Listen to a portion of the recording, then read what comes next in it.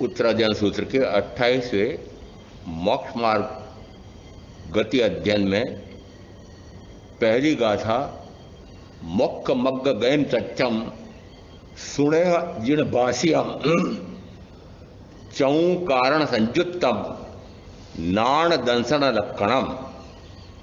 मोक्ष के मार्ग पर गति कैसे होती है वह जिनेश्वर भाषित तुम मुझसे सुनो। ज्ञान और दर्शन लक्षणों वाला और चार कारणों से संयुक्त यह मोक्ष का मार्ग है। तो प्रथमतः इस गाथा में आ रहा है चार तो इस मोक्ष के मार्ग के लक्षण हैं और मोक्ष मार्ग का कौन सा लक्षण है तो का ज्ञान और दर्शन। आत्मा का कल के प्रवचन से क्या लगाया कि कौन सा लक्षण मुख्यतः है, ज्ञान और दर्शन। सिद्ध परमात्मा के गुणों में क्या आया है, ज्ञान और दर्शन। अब यहां चूंकि ज्ञान और दर्शन की बात आ रही है इसलिए दो लिए हैं, परंतु जहां आत्मा को आत्मा का ज्ञान है वहीं आत्मा को आत्मा का दर्शन है और जहां जानना है वहीं देखना है, जहां जानना देखना है वहीं रमना है। तो तीनों गुणों की एकता हो गई, ज्ञाता दृष्टा स्वरूप प्रमाणिता। इसका अर्थ हुआ कि ये चार जो मुख्य गुण कहे जाते हैं ज्ञान दर्शन सुख और चौथा है वीर्य। जिस समय अपने आप को अपने ज्ञान से जानेंगे, अपने आप को अपने दर्शन गुण से देखेंगे, उस समय अपने आप के सुख में ही मग्न होएंगे और उस समय मेरा उपयोग अपने आप को जानने में, अपने आप को देखने में लगेगा। उस समय कहा जाता है चारों गुण एक साथ प्रकट हुए, ज्ञान दर्शन सुख वीर्य।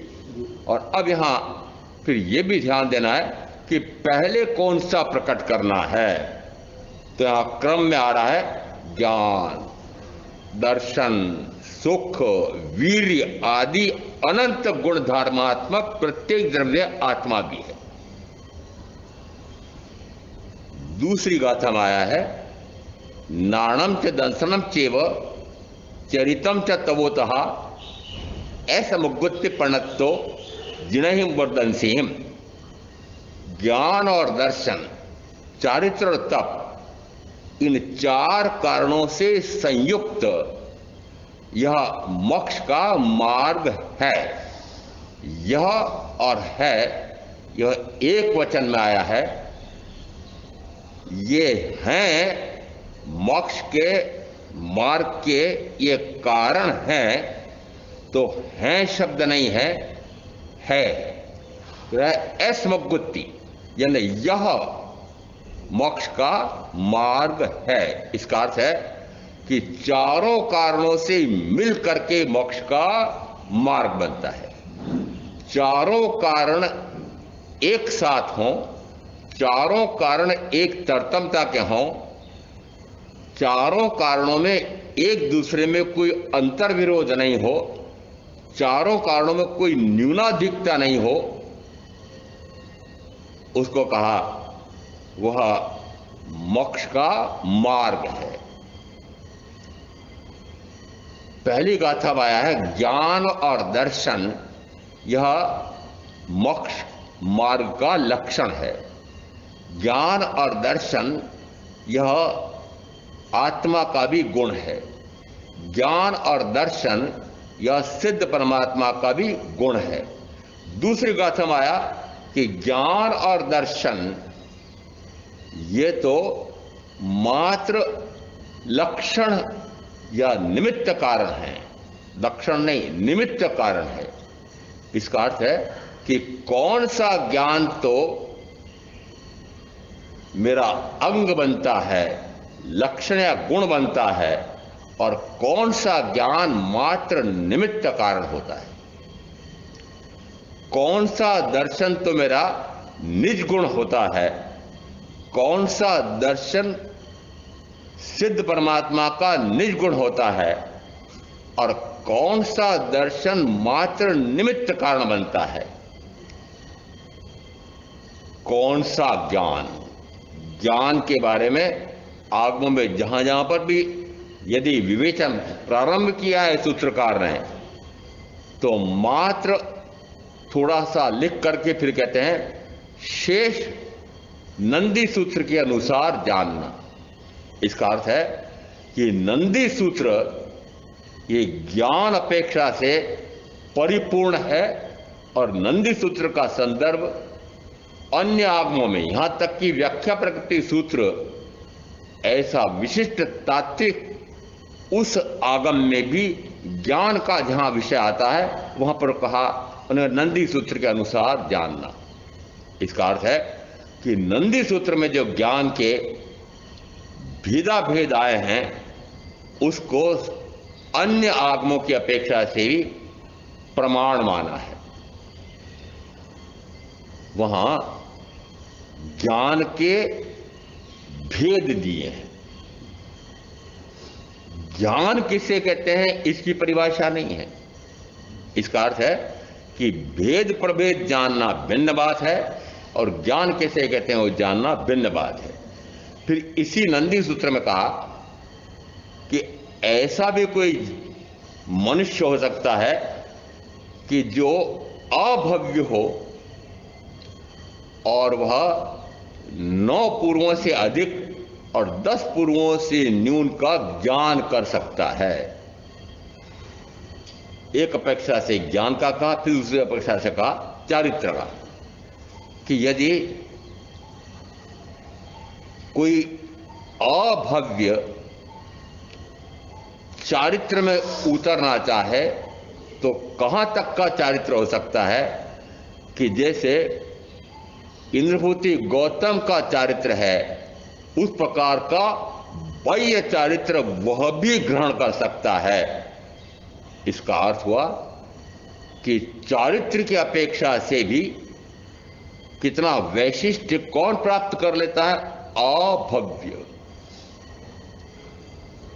और अभव्य की परिभाषा में आया है कि जिसे स्वयं के ज्ञान और दर्शन का तो भान होता ही नहीं है, स्वयं वह अपने आप को जान ले, अपने आप को देख ले, इस प्रकार का उसका गुण प्रकट नहीं हो सकता है, उसे कहा वह अभव्य है।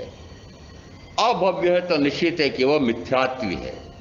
और यदि ऐसा अभव्य और मिथ्यात्वी भी ज्ञान अपेक्षा से 10 पूर्वों से न्यून तक का ज्ञान कर लेता है और चारित्र अपेक्षा से इंद्रभूति गौतम जैसा चारित्र पाल लेता है, तो समझ में आया होगा कि ज्ञान और चारित्र कैसा होता है। समय सार सूत्रकार कहते हैं आचारांग आदि का ज्ञान तो हो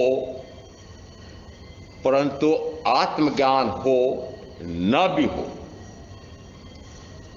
आचारांग आदि का ज्ञान, आदि लगाया इसका अर्थ है कि सर्व आगम का ज्ञान हो जाए, सर्व आगम पढ़ ले, घोट ले, रट ले, बार बार फेरता रहे, ऐसा कर ले तब भी कि का हो सकता है उसे आत्मज्ञान हो, आत्मज्ञान न हो। इसका अर्थ है कि आचारांगादि का ज्ञान, आत्मज्ञान उससे हो भी सकता है और न भी हो सकता है। एक दृष्टांत कोई वाद विवाद न करे उसका दे दिया कि अभव्य भी 10 पूर्वों से न्यून तक का ज्ञान कर सकता है। इसका अर्थ है कि वह ज्ञान कौन सा है। अंतर करो दोनों प्रकार के ज्ञान में। एक ज्ञान ऐसा है कि जो अपने आप को भी जानता है और पर को भी जानता है, परंतु वह अपने आप का ज्ञान तब अपने आप का ज्ञान कहलाता है, वह ज्ञान संपन्न जीव भी तब कहलाता है कि वह स्व को भी जाने पर को भी जाने। उत्तराधर सूत्रकार 29वें अध्ययन में कहते हैं जिससे सर्वभावाभिगम का ज्ञान हो जाता है। जिस ज्ञान से सर्वभाव, सर्वभाव का अर्थ होता है प्रत्येक द्रव्य अनंत गुण धर्मात्मक है, तो प्रत्येक द्रव्य के सर्वभाव जैसा उसका स्वभाव है, जैसा उसका विभाव है, वह पूर्णतः जान लेता है, सर्व भावों के अभिगम रहस्य को जान लेता है। तो सर्व द्रव्यों के सर्व प्रकार के भावों का वह रहस्य जान लेता है। ऐसा ज्ञान संपन्न जीव वह सर्व भावाभिगम का ज्ञाता हो जाता है। ऐसा जिस समय वह हो जाता है उस समय कहा वह ज्ञान, विनय, चारित्र और तप इन संयोगों से संप्राप्त होकर के और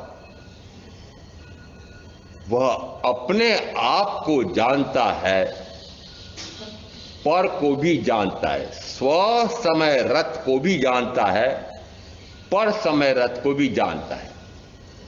स्व यानी स्वयं आत्मा, समय का भी अर्थ करते हैं आत्मा। स्व समय में रत रहने वाला वह आत्मा, इसका अर्थ है कि स्व में ही रमण करने वाला, स्व को ही जानने वाला, स्व को ही देखने वाला, स्व में ही रमण करने वाला, ऐसा में आत्मा। ऐसे उस आत्मा का स्वरूप भी जान लेता है। फिर पर समय रथ को भी जान लेता है कि जिस समय यही आत्मा पर समय में रत रहता है, आत्मा को छोड़ करके शेष सारे पराये हैं।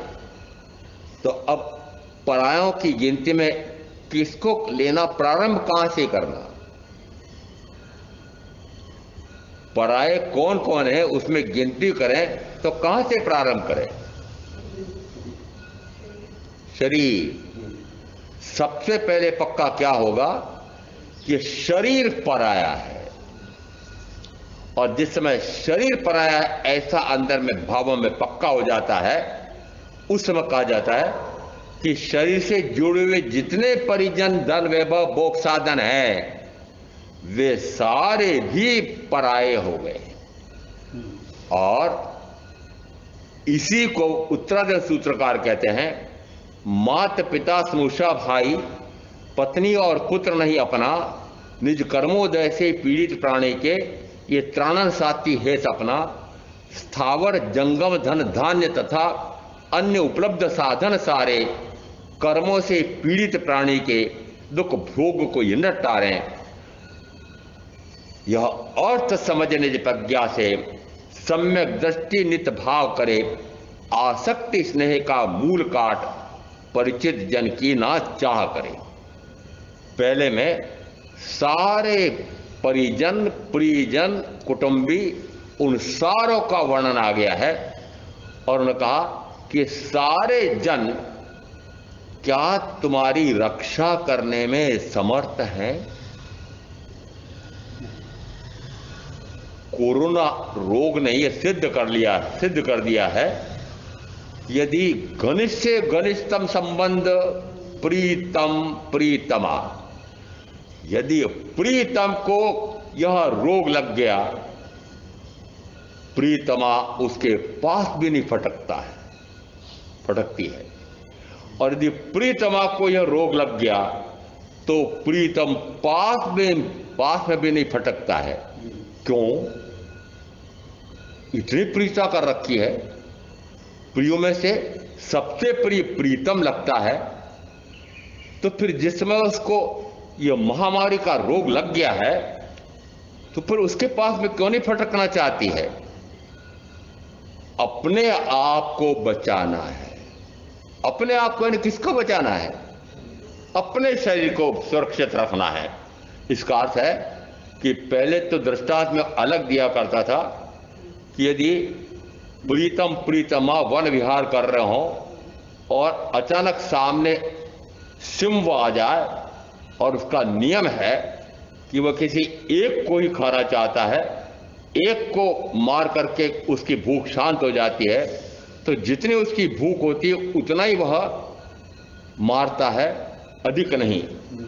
अब यदि कल्पना से वापस कहा कि जिस समय पति को लगता है कि यह एक को मारना चाहता है, वह सोचता है पत्नी को खा ले तो ठीक है, मैं तो दूसरी ले आऊंगा। पत्नी सोचती है इसको खा ले तो कोई बात नहीं, मैं वैधव्य भुगत लूंगी। इसका अर्थ है, सोचो कि कितना स्वार्थी है मनुष्य। घनिष्ठ से घनिष्ठ संबंध बनाया, परंतु उस घनिष्ठतम संबंधी प्रीतम यदि ऐसा रोगी हो जाए तो प्रीतमा, और प्रीतमा इस प्रकार से रोगग्रस्त हो जाए तो प्रीतम उसका मुंह भी नहीं देखना चाहते हैं, 6 फीट दूर से उसके लिए भोजन फेंका जाता है आदि। क्यों भाई, ऐसा क्यों हो रहा है? ऐसा क्यों हो रहा है कि उसके कारण से मेरे रोग ना लग जाए, तो मेरे रोग लग जाए तो मैं रोगी हो जाऊंगा, मर जाऊंगा। तो किसको बचाना चाहता है मनुष्य? इस शरीर को बचाना चाहता है।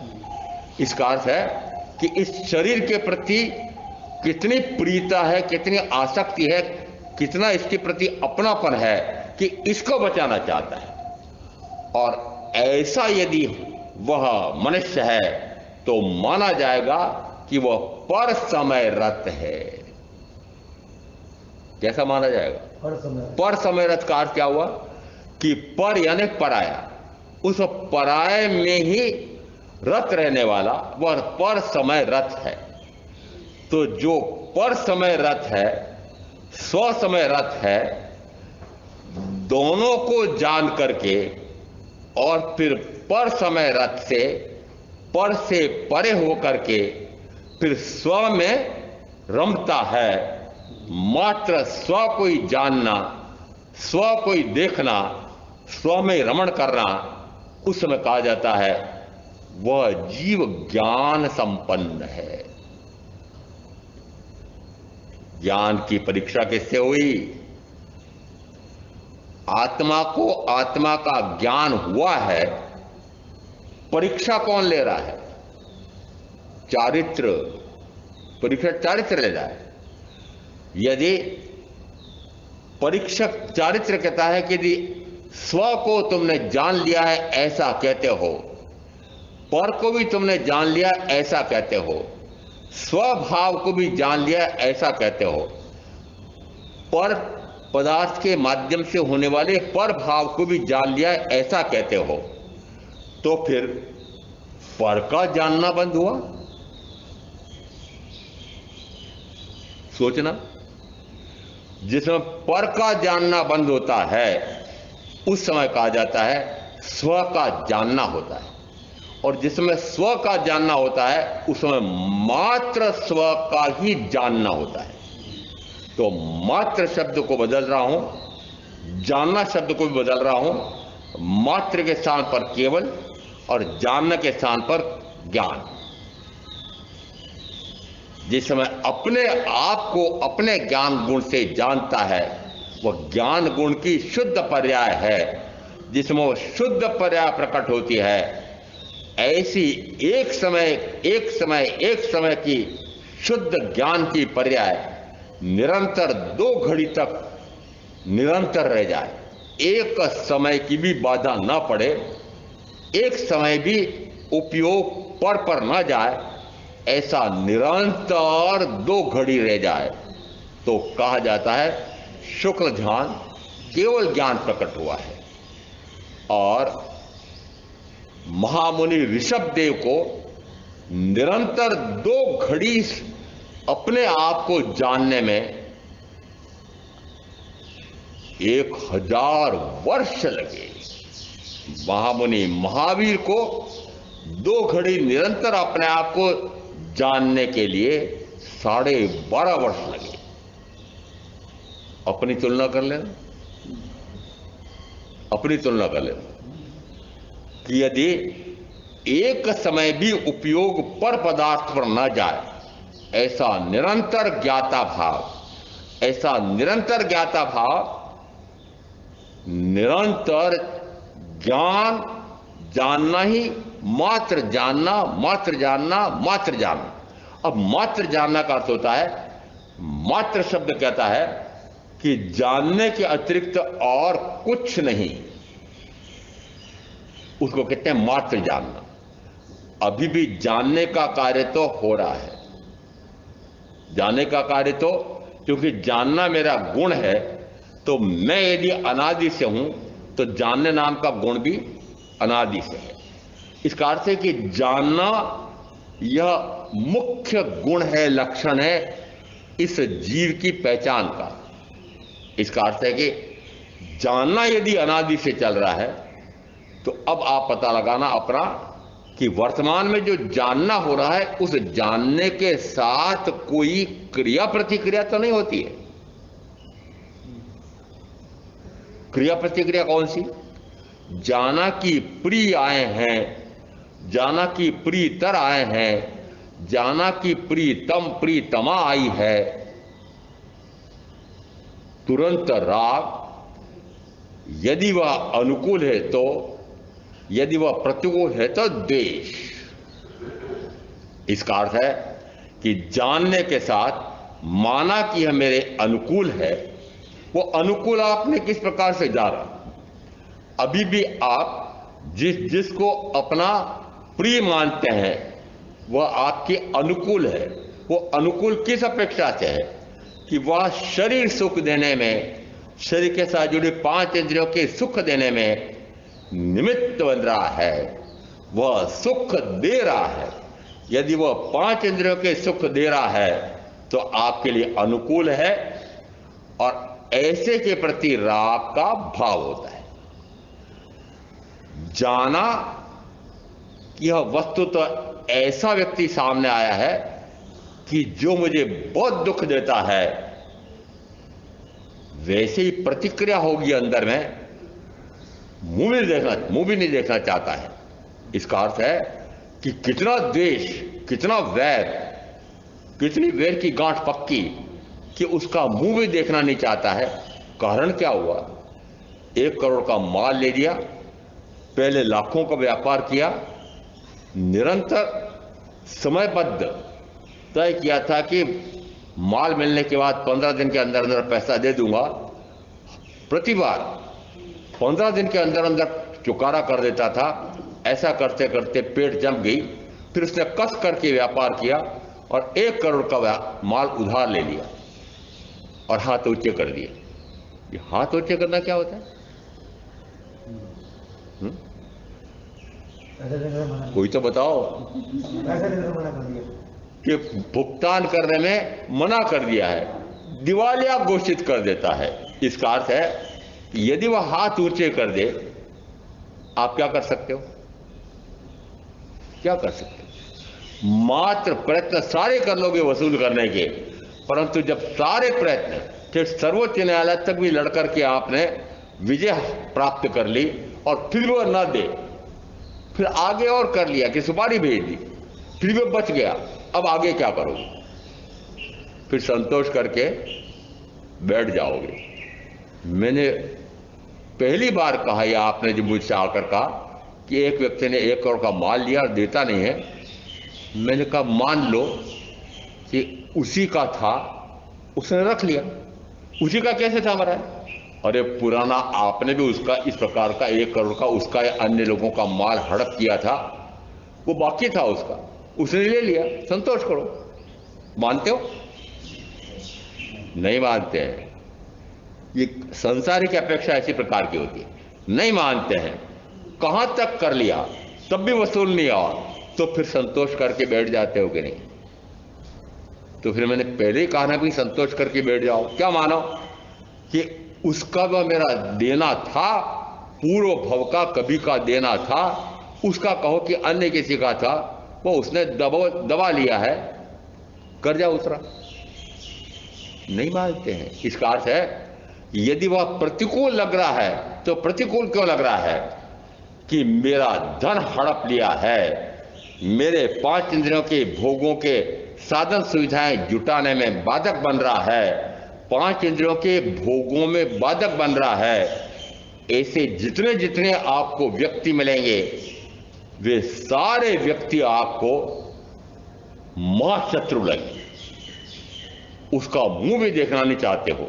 इसका अर्थ है कि यह शत्रुता, यह मित्रता, यह प्रियता, यह अप्रियता, यह राग, यह द्वेष, मूल कौन है?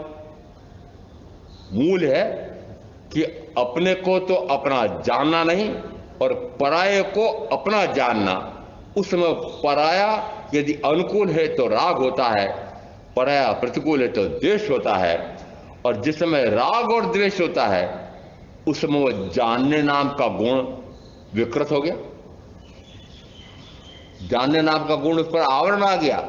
उस ज्ञानावरणीय कर्म के कारण से वह अपने आप को जानता नहीं है और पराये को अपना जानता है।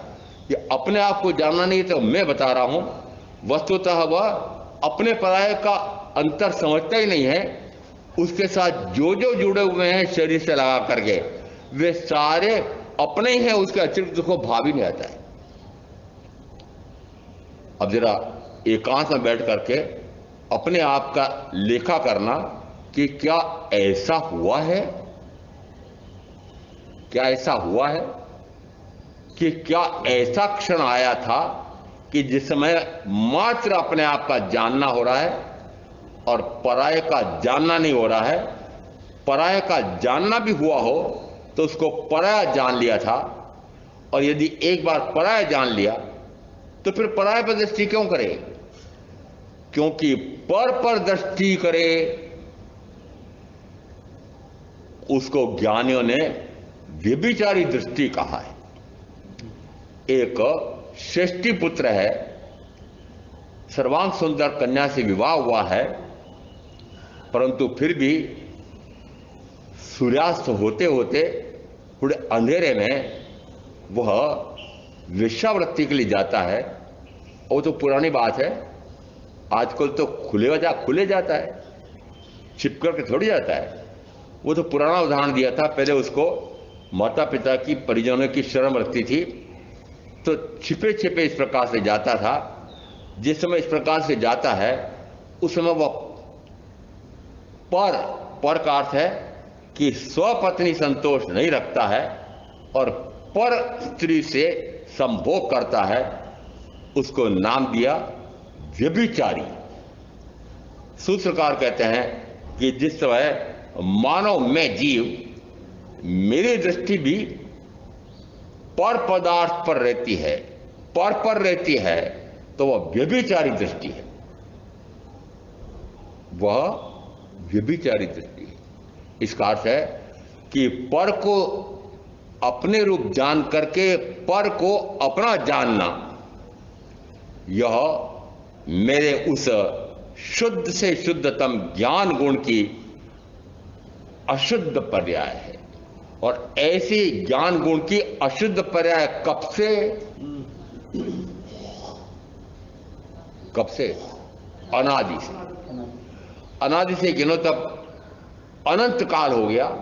यदि अनंत काल हो गया, पराये को अपना जानना और अपने को जानना नहीं, अपना और पराये का भेद जानता ही नहीं है। व्यावहारिक जगत में अपने पराये का भेद बड़ा अच्छा जानता है। दो भाई, दो देरानी जेठानी, अब 2 तक का उदाहरण देता हूं मैं। पहले तो 10 तक का होता था। 9 भाइयों का, तो 9 सगे भाइयों का उदाहरण तो मैंने दिल्ली में भी देखा था। इसका अर्थ है कि अब तो इस प्रकार का उदाहरण देना ही मुश्किल है। अब तो 2 भाई भी नहीं, कोई चाहता है यदि एक बेटा हो जाए तो फिर वापस एक बेटा हो जाए, चाहते हो? नहीं, एक बेटी हो जाए। इसका अर्थ है कि अब तो दूसरा बेटा भी नहीं चाहिए। इसलिए उदाहरण मात्र में अभी 2 के मेरे सामने उदाहरण है, उसमें एक सामने दिखाई दे रहे हैं। 2 भाई एक साथ रहते हैं, एक साथ व्यापार व्यवसाय करते हैं, एक साथ खाते पीते हैं। यदि दोनों के बेटे हैं और छोटे भाई का बेटा अधिक निपुण हो गया है। अब बताओ, दोनों में इतना प्रेम, अटूट प्रेम, परंतु पूंजी इतनी है कि किसी एक को भी जमाया जा सकता है, तो वह किसको जमाएगा सबसे पहले? अपने बेटे को, भाई के बेटे को। समझ में आ रहा आपका स्वार्थ? इसका अर्थ है ये संसार में तो, परिवार अपेक्षा से तो आपने अपने पराये का भेद कर रखा है। कभी पूछता हूं, बेटा, नहीं मेरे ननद, मेरे देरानी का बेटा है, जेठानी का बेटा है। इसका अर्थ है वहां पर अपने पराये का कितना भेद। ये मेरा बेटा है, ये मेरे देवर का, देवरानी का बेटा है, वहां इतना भेद समझ रखा है। ये तो मेरा है, ये तो पराया है। परंतु ये मेरा पराया वहां पर इतना पक्का जानते हो, तो फिर अध्यात्म में मेरा पराया क्यों नहीं जानना चाहते हो? अध्यात्म में मैं कौन और मेरा कौन, कि मैं ही मेरा हूं। अध्यात्म में मैं ही मेरा हूं, मैं ही मेरा था, मैं ही मेरा हूं, मैं ही मेरा रहूंगा, मैं ही मेरा था, मैं मेरा हूं, मैं मेरा रहूंगा। मैं आत्मा, मेरे साथ जुड़ा हुआ है शरीर, पौद्गलिक शरीर। यह शरीर, पौद्गलिक शरीर अपना ही था, अपना ही है, अपना ही रहेगा। यह शरीर कभी मेरा हुआ नहीं, होता नहीं, होगा नहीं। मैं इसका कभी हुआ नहीं, होता नहीं, होऊंगा नहीं। क्या यह शरीर मेरा नहीं है, पराया है, पुद्गल परमाणु का स्कंद है, पुद्गल द्रव्य भिन्न है, और सर्व अपेक्षा से मैं इस पुद्गल द्रव्य से पूर्णतः भिन्न हूं। दोनों द्रव्य वर्तमान में एक साथ है। पुद्गल द्रव्य भी शरीर रूप में मेरे साथ है और मैं भी हूं, दोनों एक साथ हैं। क्या ये दोनों एक दूसरे से पूर्णतः पृथक स्वतंत्र जानने में आ रहे हैं, कि दोनों पूर्णतः स्वतंत्र है? प्रत्येक की सार्वभौम सत्ता है, एक की सत्ता को दूसरा क्षीण नहीं कर सकता है, नष्ट नहीं कर सकता है। दोनों द्रव्य एक साथ रहते रहते अनंत काल हो गया, परंतु ये पुद्गल शरीर मेरे असंख्यात आत्म प्रदेशों में से एक प्रदेश को भी पुद्गल नहीं बना सका। उसी प्रकार से ये पुद्गल शरीर भिन्न भिन्न रूपों में मेरे साथ अनंत काल से रह रहा है, परंतु मैं इस पुद्गल के एक परमाणु को भी सजीव नहीं कर सका। समझो, इसका अर्थ है कि चाहे अनादि से गिन करके अनंत काल से मेरे साथ ये शरीर रहा है, तब भी शरीर शरीर रूपी वर्तन करता है।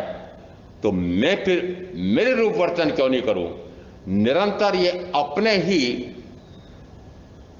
वर्ण, गंध, रस, स्पर्श में पर्यायंत्रित होता है। एक समय के लिए भी इसके वर्ण, गंध, रस, स्पर्श की पर्याय में, परिवर्तन में बाधा नहीं आती। प्रति समय अपने वर्ण में परिवर्तन, प्रति समय का अर्थ होता है एक एक क्षण में वह पर्याय बदलती है। पर्याय का बदलना, उसी को कहा पर्यायांतर। अवस्था बदल गई। क्या बदल गई? कि जिस कच्चे आम का पहले रंग, वर्ण हरा था, जिस समय उसको पकाने की क्रिया में डाला उस समय वह हरा था।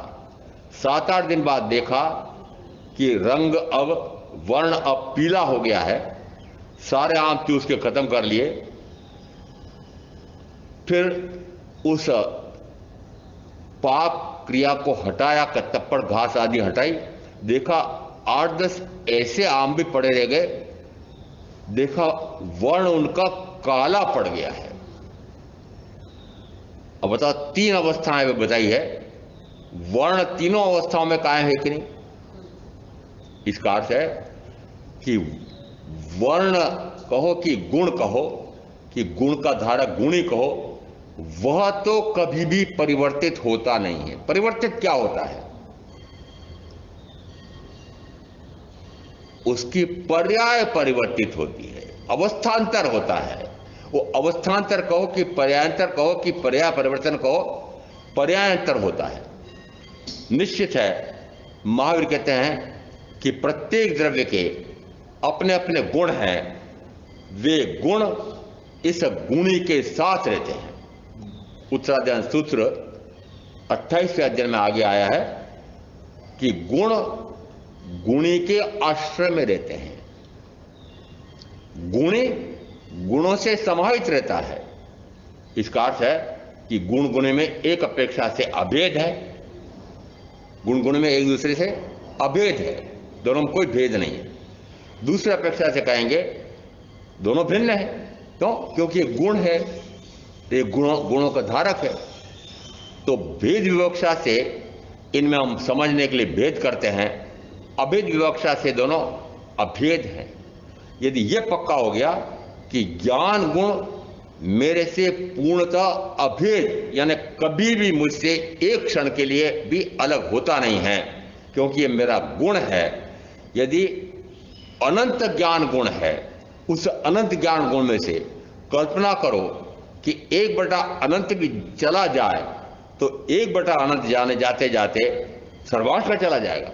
यदि एक गुण जा सकता है तो दूसरा गुण भी चला जा सकता है, अनंत गुण चले जाएंगे, और यदि गुण चले जाएंगे तो गुणी बचेगा। इसका अर्थ है कि गुण और गुणे निरंतर एक साथ रहते हैं। अब गुणों में पर्यायांतर होता है या गुणी में पर्यायांतर होता है, एक ही बात है।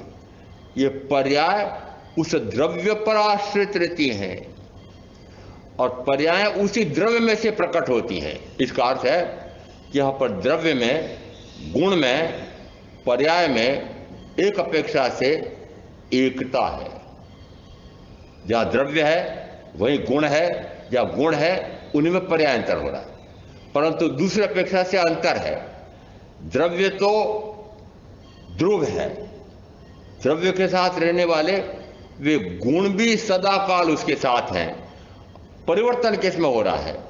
परिवर्तन मात्र पर्याय में हो रहा है, और पर्याय में एक एक क्षण का परिवर्तन होता है। प्रति क्षण पर्याय बदल रही है। इसका अर्थ है कि पर्याय क्षणवर्ती है, गुण सहवर्ती है। द्रव्य के साथ गुण सहवर्ती है। सहवर्ती यानी गुण गुणी के साथ सदा काल रहते हैं, और पर्याय एक समय उत्पन्न होती है, दूसरे समय में व्यय को प्राप्त होती है। निरंतर ये पर्याय में उत्पाद और व्यय होता है, परंतु पर्याय में निरंतर उत्पाद व्यय के समय भी वह द्रव्य ध्रुव रहता है। द्रव्य की ध्रुवता के साथ, द्रव्य की ध्रुवता के साथ निरंतर उत्पाद और व्यय, इसको भी मानो। यदि तीनों को एक साथ मानते हो तो द्रव्य का स्वरूप, तत्व का स्वरूप सम्यक समझ लिया है। यदि तीनों को भिन्न भिन्न समझ में आ रहा हो तो कहा अभी समझा नहीं है। ये तीनों अभिन्न हैं, परंतु एक अपेक्षा से अभिन्न है, एक अपेक्षा से भिन्न है, क्योंकि द्रव्य गुणों का समूह है, गुण उसके अंग हैं, पर्याय उसमें से एक एक क्षण में परिवर्तित हो रही है। तो दूसरी अपेक्षा से अंतर दिख रहा है, पर अंतर मात्र किसमें दिखाई दे रहा है? कि इस गुण में निरंतर परिवर्तन हो रहा है। अभी दृष्टांत दिया कि जैसे उस आम के वर्ण में परिवर्तन तो होता है, परंतु वर्ण गुण तो कायम रहा ना। वर्ण गुण तीनों अवस्थाओं में कायम रहा है। कच्चा आम था तब भी कायम रहा, पक गया तब भी कायम रहा, और सड़ गया तब भी कायम रहा। अंतर किसमें पड़ा? कि पर्याय में अंतर हुआ। इसलिए पहली अवस्था में उसको हम कहते हैं वो कच्चा आम है, दूसरी अवस्था में कहते हैं उसको पक्का आम है, तीसरी अवस्था में कहते हैं वो सड़ा आम है, कि जो 25 वर्ष की उम्र तक के हैं वो कच्चे आम हैं, जो 50 तक के होंगे हैं ये पक्के आम हैं, और 75-100 वाले सड़ा आम है। समझ में आ रहा है? यह अवस्थांतर कैसा होता है? ये शरीर की कैसी स्थिति है? जड़ चेतनो भिन्न छे, केवल प्रकट स्वभाव, एक पणु पामे नहीं, त्रणय काल द्वय भाग।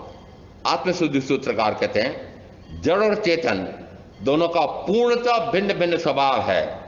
पूर्णतः भिन्न यानी एक द्रव्य दूसरे द्रव्य से किसी भी प्रकार से मिलता नहीं है। पूर्णतः भिन्न, जड़ने चैतन्य बने द्रव्यनो स्वभाव भिन्न। दोनों का स्वभाव है ना, जो सदा काल रहता है उसको स्वभाव कहते हैं। उस स्वभाव में कभी भी परिवर्तन नहीं होता है, स्वभाव निरंतर है, सहज है। मैं सहज स्वभावी हूं, मैं स्वभाव स्वरूप ही हूं, वह सदा काल है, शाश्वत है, निरंतर है। इसका अर्थ है कि मैं सहज स्वरूपी हूं, अंदर में पक्का हो जाए कि मैं सहज स्वरूपी हूं। मेरा निरंतर स्वभाव में रहना ऐसा ही त्रैकालिक गुण है।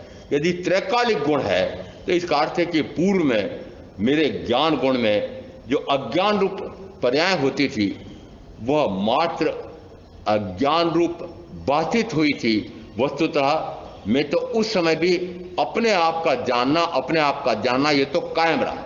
तो अपने आप का जानना सदा सकाल से है। बीच में यदि पराय को अपने रूप जानना चल रहा था, वह पराय को अपने रूप जानने वाली पर्याय, एक समयवर्ती पर्याय, उसका व्यय होता है और उसी समय ज्ञान गुण की शुद्ध पर्याय प्रकट होती है। उस समय कहा जाता है वह ज्ञान गुण की एक समयवर्ती शुद्ध पर्याय इस संपूर्ण आत्मद्रव्य का ज्ञान और भान करा देती है। ऐसी एक समय की ज्ञान पर्याय भी इतनी विशिष्ट होती है कि उस संपूर्ण द्रव्य का ज्ञान हो जाता है। ऐसा करते करते वह एक एक समयवर्ती ज्ञान की शुद्ध पर्याय से यदि निरंतर 2 घड़ी तक अपने आप की शुद्ध पर्याय, एक समयवर्ती अशुद्ध पर्याय का व्यय हुआ, शुद्ध पर्याय का उत्पाद हुआ। ऐसे एक एक समय करते करते जो जो अशुद्ध पर्याय का उत्पाद हो रहा है उसका व्यय होता जाता है, शुद्ध पर्याय का उत्पाद उसी समय होता है। जिस समय अशुद्ध पर्याय का व्यय होता है उसी समय शुद्ध पर्याय का उत्पाद होता है, और उसी समय द्रव्य की ध्रुवता भी कायम है। और इसीलिए कहा हमारे यहां उपन्ने वा विगवे वा द्वय वा, जो उत्पन्न भी होता है, विनष्ट भी होता है और ध्रुव भी रहता है। ये तीनों की एकता मानो, तीनों की एकता माने तो वह तत्व का द्रव्य का स्वरूप सही समझा है।